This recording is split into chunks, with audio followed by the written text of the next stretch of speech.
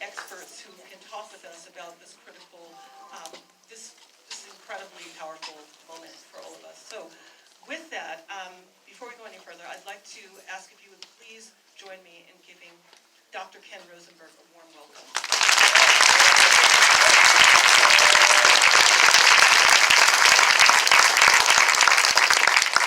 So we're going to jump right into this, and I was going to invite Ken up to say a few words, but as we get set here, we're going to jump right into it. So I want to introduce our panelists. And actually, as I introduce them, if you would just come on down, we have with us, and she is here somewhere, Patrice Cullors. If you would, oh, there she is, right in front of my face.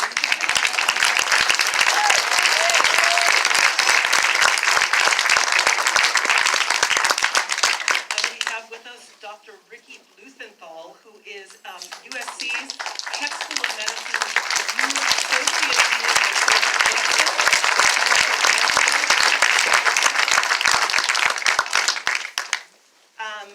Also, we have with us, and I believe she is here somewhere, both, where's she?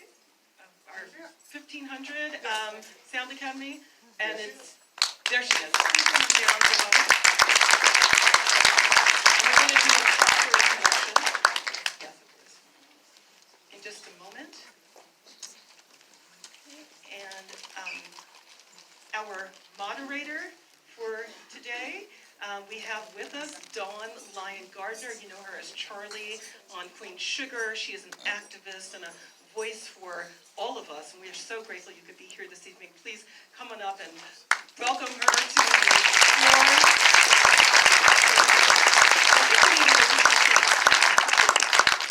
Okay, so nope, we're going to give an additional chair. So with that, I'm going to turn the microphone over to Ken, and we're going to learn a lot more about our panelists as we talk together today. Okay, I'll let Dawn start. And thanks for watching, everyone, and hi.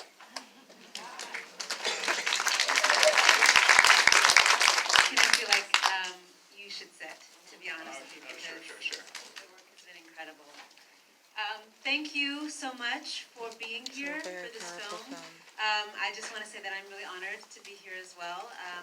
And I want to thank you, Ken, for your work. It was extraordinary. And Patrice, thank you for telling your story and your family's story. And thank you just to all the panelists for being here. I also just wanted to name for many of us in the audience, especially those of us from Los Angeles, and especially those of us from communities that are impacted by this. This is an incredibly personal and possibly very painful.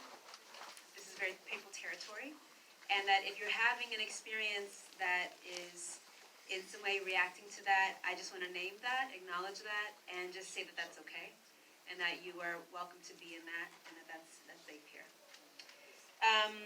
I'm having my own experience because I am from Los Angeles, and I do come from communities impacted directly by this issue, and my family is also directly impacted by this issue.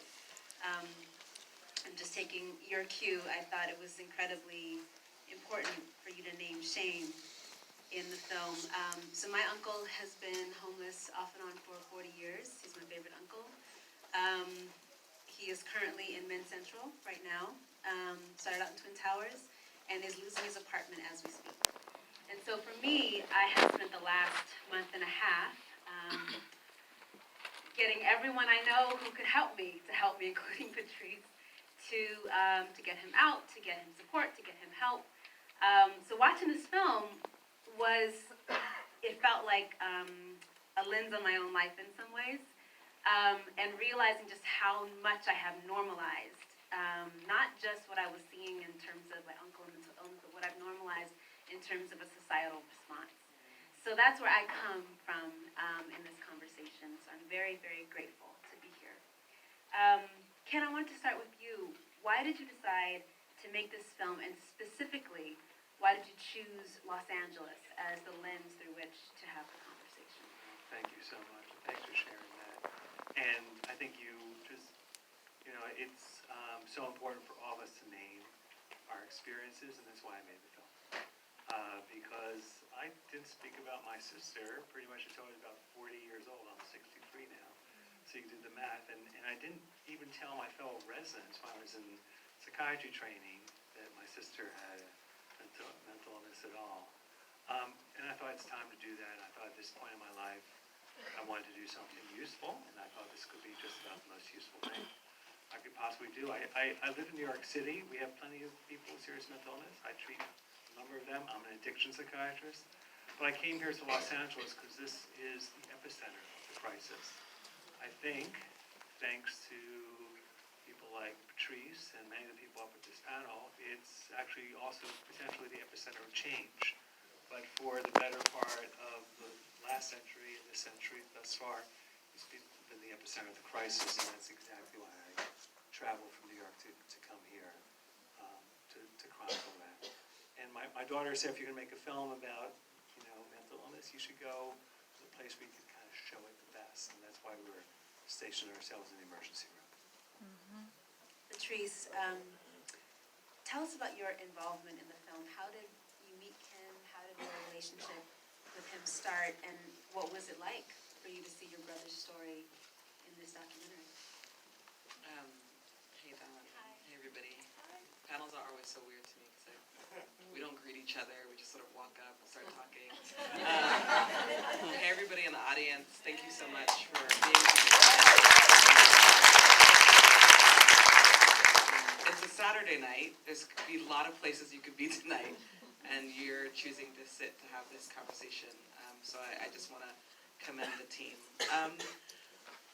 I feel so, you got to see like so many Patrices. I had a child in between while we were filming, and so many hospital visits, lots of fighting with the county. We got a new president. So many things happened, and I think that's the power of the film, that we filmed for over 7 years. And when I met Ken, it was actually one of the moments when we had successfully, as a team, were able to get Monty to a hospital without police intervention. And we actually sent him to County USC because a good friend of mine worked there. And you saw Robin in the film. That was is a close friend of mine. And Robin actually contacted me and said, hey, someone was filming in the ER. And I was like, strange. And Robin was like, I think you should talk to them. They want to, talk to you about this documentary they're making. And so Ken was really kind. I've worked with a lot of media over the last 7 years, and I don't really like them. There's a lot of opportunism and exploitation, and Ken felt like the opposite. In fact, Ken was like, it's really up to you and Monty if you're interested. I asked Monty, he wasn't interested at first, and I said, he's not interested. And Ken said, okay, well, sounds good, let me know if you want me to take you out to dinner, let's just hang out and get to know each other.